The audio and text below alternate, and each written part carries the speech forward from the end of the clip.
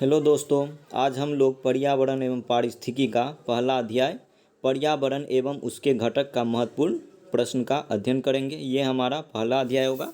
इससे जितने भी महत्वपूर्ण क्वेश्चन बनते हैं उनका हम लोग डिस्कशन करेंगे। आइए वीडियो शुरू करते हैं।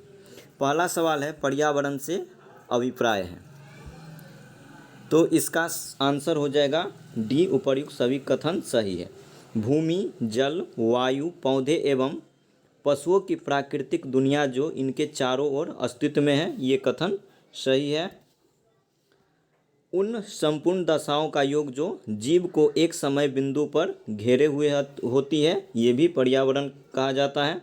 भौतिक, जैविकीय एवं सांस्कृतिक तत्वों की अंतर क्रियात्मक व्यवस्था जो परस्पर अंतर संबंधित होते हैं, उसे भी पर्यावरण कहा जाता है। इस तरह से ये हमारा तीनों कथन सही है। अगला सवाल है, पर्यावरण किससे बनता है? तो पर्यावरण जो होता है ये जैविक घटक, भू आकृतिक घटकों एवं अजैविक घटक से संबंधित होते हैं। ये भी कथन हो जाएगा। तीनों ऑप्शन सही है। इस तरीके से हमारा ऑप्शन हो जाएगा ऑप्शन नंबर डी।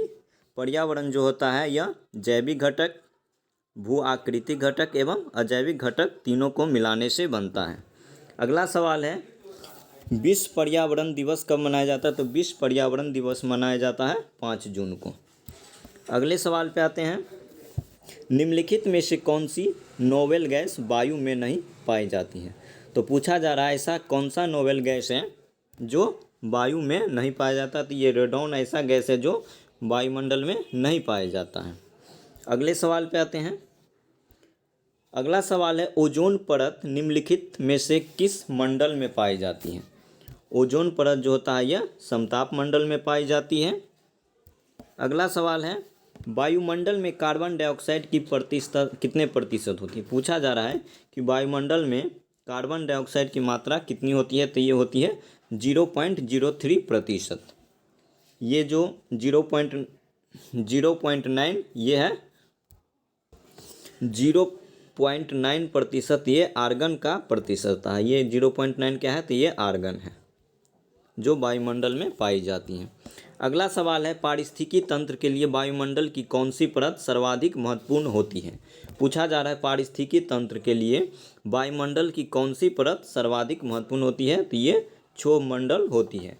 और क्षोभ मंडल में सभी मौसमी क्रियाएं घटित होती हैं, जैसे आंधी, तूफान, वर्षा, ये सब क्षोभ मंडल की मौसमी क्रियाएं होती हैं। अगला सवाल है, निम्नलिखित में से कौन सा तत्व भूपर्पट यानी कि अर्थ क्रस्ट में सर्वाधिक मात्रा में पाया जाता है? तो ये हो जाएगा ऑक्सीजन जो होता है सर्वाधिक मात्रा में भूपर्पटी यानी कि अर्थ क्रस्ट में पाया जाता है। पर्यावरण नियतिवाद या निश्चयवाद के प्रतिपादक कौन थे? तो पर्यावरण नियतिवाद एवं निश्चयवाद के प्रतिपादक जो थे ये कार्ल रिटर थे। एक और वैज्ञानिक थे जिसका नाम हम्बोल्ट था। ये इसका भी संबंध था नियतिवाद के सिद्धांत से। अगला सवाल है, जलवायु तथा मौसम संबंधी घटनाएं वायुमंडल की किस परत में होती हैं? तो मौसम या जलवायु संबंधी घटनाएं जो होती है ये क्षोभ मंडल में घटित होती हैं। अगला सवाल पे आते हैं, दृश्य प्रकाश में किस रंग में प्रकाश संश्लेषण की क्रिया सर्वाधिक घटित होती है? पूछा जा रहा है कि दृश्य प्रकाश जो है किस रंग में प्रकाश संश्लेषण की क्रिया सर्वाधिक होती है? तो ये लाल रंग के प्रकाश में सर्वाधिक होती है। अगला सवाल है, पर्यावरण एक अविभाज्य समष्टि है जिसकी रचना होती है। इसकी रचना पर्यावरण जो है एक अविभाज्य समष्टि है और इसका जो रचना होता है भौतिक, जैविक, सांस्कृतिक तत्वों वाले पारस्परिक क्रियाशील तंत्रों से इसकी रचना होती है। अगले सवाल पे आते हैं, बीजों के अंकुरन में किस रंग का प्रकाश सबसे अधिक प्रभावित होता है? पूछा जा रहा है कि बीज का जो अंकुरन होता है इसमें किस रंग के प्रकाश का अधिक उपयोग होता है? तो इसका आंसर हो जाएगा लाल रंग का प्रकाश। अगले सवाल पे आते हैं, पृथ्वी के चारों ओर गैसों के समूह को क्या कहते हैं? पृथ्वी के चारों ओर गैसों का एक आवरण होता है जिसे वायुमंडल कहा जाता है। और वायुमंडल में कुछ कुल मिलाकर 5 परत है। पहला परत है जो सबसे निचला परत कहा जाता है, ये होता है क्षोभ मंडल। क्षोभ मंडल के ऊपर है समताप मंडल। समताप मंडल के ऊपर आएंगे तो मध्य मंडल, और मध्य मंडल के ऊपर जाएंगे तो आयन मंडल, और सबसे बाहरी परत जो 5वां परत होता है उसे बाह्य मंडल के नाम से जाना जाता है। अगला सवाल है, निम्नलिखित में से किस एक का संबंध पर्यावरणीय सुरक्षा से नहीं है? तो वन का उन्मूलन जो है यह पर्यावरणीय सुरक्षा से संबंधित नहीं है। सतत विकास के लिए क्या आवश्यक है? पूछा जा रहा है कि सतत विकास के लिए क्या जरूरी होता है। तो सतत विकास के लिए उपरोक्त सभी कथन सही है।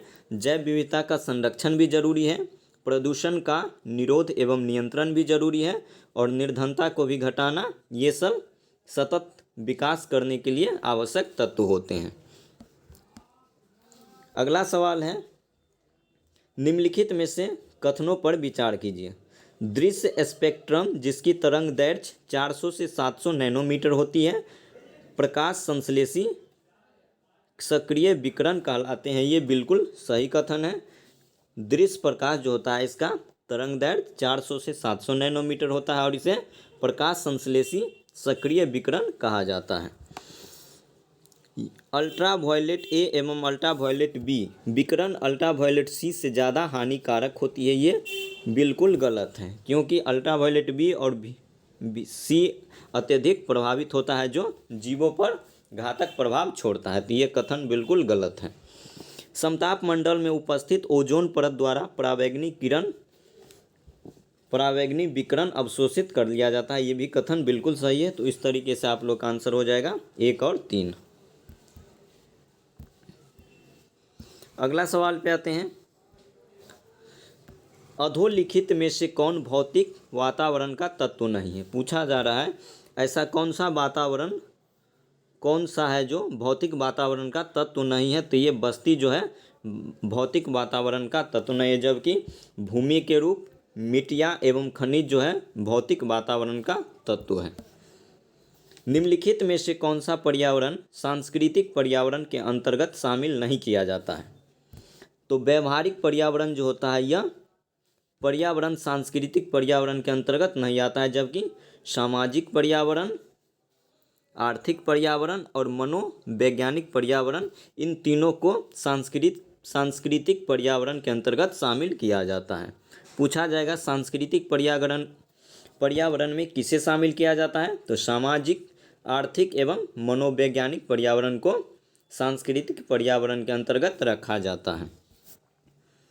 रेडियो तथा टेलीविज़न के प्रसारण में कौन सी वायुमंडलीय परत का प्रयोग किया जाता है? तो रेडियो एवं टेलीविज़न के प्रसारण में वायुमंडल का कौन सा ऐसा परत है जिसका प्रयोग किया जाता है? तो ये आयन मंडल है।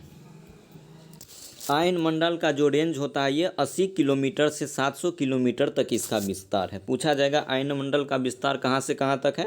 तो 80 किलोमीटर से लेके 700 किलोमीटर तक आयन मंडल का विस्तार है।